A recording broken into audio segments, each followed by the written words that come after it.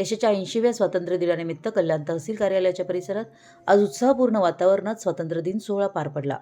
सकाळपासून मुसळधार पाऊस सुरू असतानाही कल्याणचे तहसीलदार विकास गारुडकर साहेब तसेच पोलीस अधिकारी व कर्मचारी यांनी पावसाची तमा न बाळगता परेडमध्ये सहभाग घेत राष्ट्रध्वजाला मानवंदना दिली। भर पावसातही अधिकारी, कर्मचारी आणि नागरिकांचा उत्साह कमी झाला नाही। देशभक्तीच्या भावनेनं वातावरण भारावून गेलं होतं। शासकीय अधिकारी व पोलिसांनी कर्तव्याला प्राधान्य देत पावसात उभं राहून स्वातंत्र्य दिन साजरा केल्यानं उपस्थितांकडून त्यांचं कौतुक करण्यात आलं। यावेळी राष्ट्रध्वजास मानवंदना देऊन देशाच्या स्वातंत्र्यासाठी बलिदान देणाऱ्या स्वातंत्र्य सैनिकांना अभिवादन करण्यात आलं। प्रशासन आणि पोलीस विभागाच्या या देशभक्तीपूर्ण सहभागामुळे स्वातंत्र्य दिन सोहळ्याला विशेष महत्त्व प्राप्त झालं।